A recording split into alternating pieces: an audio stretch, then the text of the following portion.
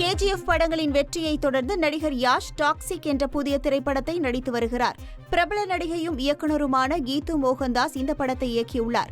இந்த படத்தில் கியாரா அத்வானி, ஹூமா குரேஷி, டோவினோ தாமஸ் உள்ளிட்ட ஏராளமான நட்சத்திர பட்டாளங்கள் நடித்து வருகின்றனர். தற்போது பெங்களூருவில் நடைபெற்று வரும் படப்பிடிப்பில் நடிகை நயன்தாராவும் இணைந்துள்ளதாக தகவல் வெளியாகியுள்ளது. சுமார் 15 ஆண்டுகளுக்கு பின் கன்னட திரைப்படத்தில் நயன்தாரா நடித்து வருவது குறிப்பிடத்தக்கது. ராதே ஷியாம் படத்தின் காரணமாகவே ரெட்ரோ பட வாய்ப்பு வந்ததாக நடிகை பூஜா ஹெக்டே தெரிவித்துள்ளார். கார்த்திக் சுப்புராஜ் இயக்கத்தில் சூர்யாவிற்கு ஜோடியாக பூஜா ஹெக்டே நடித்து வரும் சூழலில் சமீபத்தில் பேட்டி ஒன்றில் பேசிய பூஜா ஹெக்டே தான் நடித்த ராதே ஷியாம் படத்தில் குறிப்பிட்ட காட்சியில் தனது நடிப்பை பார்த்து பிடித்து போனதால் தனக்கு கார்த்திக் சுப்புராஜ் ரெட்ரோ பட வாய்ப்பை கொடுத்ததாக கூறியுள்ளார். ராதே ஷியாம் படத்தின் ரிசல்ட் எதிர்பார்த்தபடியே இல்லாவிட்டாலும் அந்த படம் மூலம் தனக்கு இன்னொரு பட வாய்ப்பு கிடைத்தது மகிழ்ச்சி என பூஜா தெரிவித்துள்ளார். மூக்குத்தி அம்மன் 2ஆம் பாகம் 100 கோடி ரூபாய் பட்ஜெட்டில் உருவாகி இருப்பதாக தகவல் வெளியாகி உள்ளது.